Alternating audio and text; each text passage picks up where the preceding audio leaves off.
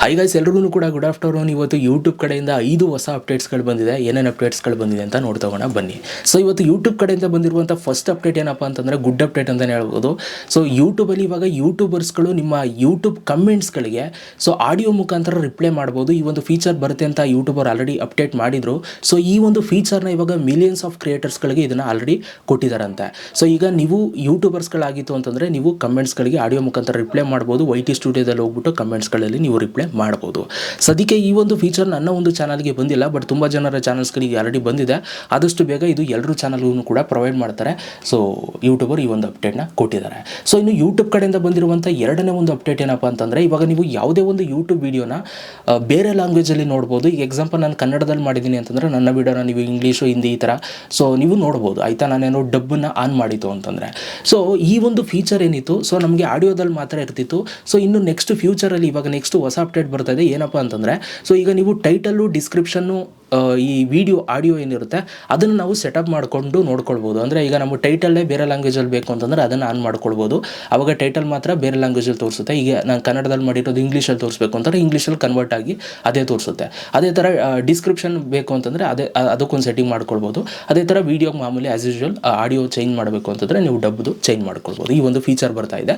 So ಇದು YouTube ಕಡೆಯಿಂದ ಬಂದಿರುವಂಥ ಸೆಕೆಂಡ್ ಅಪ್ಡೇಟ್.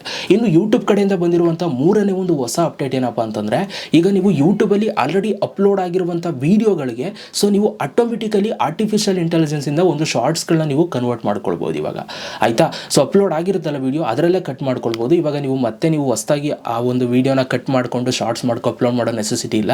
ಯೂಟ್ಯೂಬಲ್ಲಿ ಅಪ್ಲೋಡ್ ಆಗಿರೋದನ್ನೇ ನಿಮಗೆ ಕಟ್ ಮಾಡಿಕೊಂಡು ಶಾರ್ಟ್ಸಲ್ಲಿ ಅಪ್ಲೋಡ್ ಮಾಡ್ಕೊಳ್ಬೋದು ಅಂತ ಇದು ಯೂಟ್ಯೂಬ್ ಕಡೆಯಿಂದ ಬಂದಿರುವಂಥ ಮೂರನೇ ಒಂದು ಹೊಸ ಒಂದು ಅಪ್ಡೇಟ್ ಗೈಸ್. ಇನ್ನು ಯೂಟ್ಯೂಬ್ ಕಡೆಯಿಂದ ಬಂದಿರುವಂಥ ನಾಲ್ಕನೇ ಒಂದು ಅಪ್ಡೇಟ್ ಏನಪ್ಪ ಅಂತಂದರೆ, ಸೊ ಈಗ ನೀವು ಶಾರ್ಟ್ಸ್ಗಳನ್ನ ನೀವು ನೋಡಬೇಕಾದ್ರೆ ಈ ಥರ ತಳ್ಳಿ ನೀವು ಶಾರ್ಟ್ಸ್ ಫೀಡ್ಸಲ್ಲಿ ವೀಡಿಯೋಸ್ಗಳು ನೀವು ನೋಡ್ತಾ ಇರ್ತೀರಲ್ಲ, ಅಲ್ಲಿ ಇನ್ನು ಮುಂದೆ ನಿಮ್ಮ ಫೋಟೋಸ್ಗಳು ಕೂಡ ಬರುತ್ತೆ. ನೀವೇನಾದರೂ ಫೋಟೋಸ್ಗಳನ್ನ ಹಾಕಿತ್ತು ಅಂತಂದರೆ, ಎಕ್ಸಾಂಪಲ್ ಇವಾಗ ನೀವು ಒಂದು 10 ಫೋಟೋಗಳನ್ನ ನೀವು ನಿಮ್ಮ ಒಂದು ಇದರಲ್ಲಿ ಹಾಕ್ಬೋದು. ಆಯಿತಾ, ಸೊ ಕಮ್ಯುನಿಟಿ ಪೋಸ್ಟಲ್ಲಿ ಆ ಒಂದು ಫೋಟೋಸ್ಗಳು ಸೊ ರೀಲ್ಸ್ ಅಂದರೆ ಶಾರ್ಟ್ಸಲ್ಲಿ ನಿಮಗೆ ತೋರಿಸುತ್ತೆ.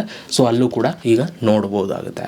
ಆಯಿತಾ, ಇದು ನಾಲ್ಕನೇ ಒಂದು ಅಪ್ಡೇಟ್. ಇನ್ನು ಕೊನೆಯ ಅಪ್ಡೇಟ್, ಐದನೇ ಅಪ್ಡೇಟ್ ಬಂದು ಸೊ ಯೂಟ್ಯೂಬಲ್ಲಿ ಯೂಟ್ಯೂಬ್ ಕ್ರಿಯೇಟ್ ಆ್ಯಪ್ ಅಂತ ಬರ್ತಾ ಇದೆ. ಸೊ ಈಗ ಆಲ್ರೆಡಿ ಬಂದಿದೆ ಆ್ಯಂಡ್ರಾಯ್ಡ್ ಫೋನಲ್ಲಿ, ಇದು ಆಲ್ರೆಡಿ ಯೂಸ್ ಮಾಡ್ಬೋದು. ಇದು ವಿಡಿಯೋ ಎಡಿಟಿಂಗ್ ಪರ್ಪಸ್ಗೋಸ್ಕರ ಯೂಟ್ಯೂಬರ್ ಬಿಟ್ಟಿದ್ದಾರೆ. ಇದು ಕಂಪ್ಲೀಟ್ಲಿ ಫ್ರೀ ಇರುತ್ತೆ.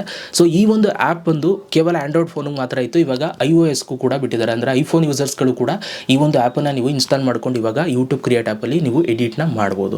ಆದಷ್ಟು ಬೇಗ ನಾನು ವೀಡಿಯೋ ಮಾಡ್ತೀನಿ ಯೂಟ್ಯೂಬ್ ಕ್ರಿಯೇಟ್ ಆ್ಯಪಲ್ಲಿ ನೀವು ಹೇಗೆ ಯೂಟ್ಯೂಬ್ ವೀಡಿಯೋನ ಎಡಿಟ್ ಮಾಡೋದು ಅಂತಲೂ ಕೂಡ. ಸೊ ತಲೆ ಕೆಡಿಸ್ಕೊಬೇಡಿ.